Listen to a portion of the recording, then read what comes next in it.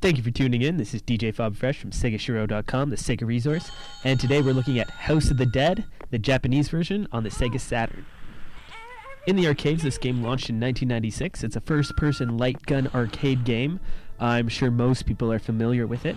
Players assume the roles of Agent Thomas Rogan, or Agent G, who appears in pretty much every House of the Dead game and is awesome. And it all revolves around the Kurian incident of 1998. So the arcade title was made in 1996. The Saturn port was actually made in 1998.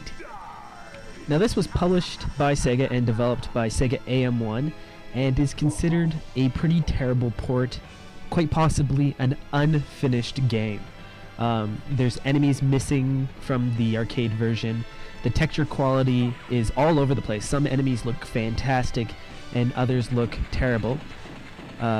It's really interesting in that regard that it was really rushed to market, and the quality of the title isn't quite up to snuff to Virtual Cop or Virtual Cop 2.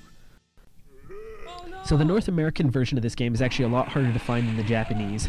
This title is the Japanese one, but as you can see that almost 90% of the game is presented in English. All the option screens and menus are presented in English. If you're looking for a copy of this game and you have a Japanese console, this title, if you're really looking to import it, is a fine pickup because it's immediately accessible to anyone who's played the arcade version or any other light gun shooter. Now this is really unfortunate because House of the Dead is a great arcade game. You can still find it in arcades today. It's a classic title and it started the franchise. Really, Sega would do well to remake this game. I would love to play this game in a far proper form.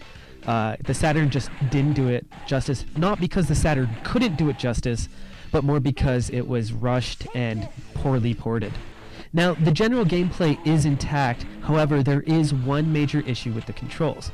Now, as you can see here, we're going through the menus. All your general menu options are there. They're all, again, presented in English, so it's very easy to go through and find what you're looking for. But calibration in this game is very important. Even if you calibrate your gun, once you get into the game, you can find that there's aiming issues all over the place. Bullets just don't go where they're supposed to hit. Now, this can be attributed to the fact that the gun might be a little off, also attributed to the fact that TV screens have changed, but even back in the day, back in 1998 when it was released, there were issues with the gun support right from the start. However, let's talk about the gameplay modes a little bit. One of the features in this game is Saturn mode, and what Saturn mode does is let you use revamped and retexturized versions of the characters of G and Rogan. So as you can see here in this one, I chose, I believe, Rogan 2, and you essentially have a shotgun. You have two shots, which are very powerful, can take out enemies, and but you have to reload often. So it changes the gameplay dynamic quite a bit. Another issue is the fact that this game has loading times. It kind of breaks the flow of the game a little bit. Not something you want out of an arcade title. If you saw in the earlier footage, I also was using the revamped version of G, and in that one you have a smaller hit area, but you get 15 bullets. Another mode is boss mode, which is a lot of fun just to run through and try to take out the bosses. However, the difficulty in aiming makes this more of a chore sometimes.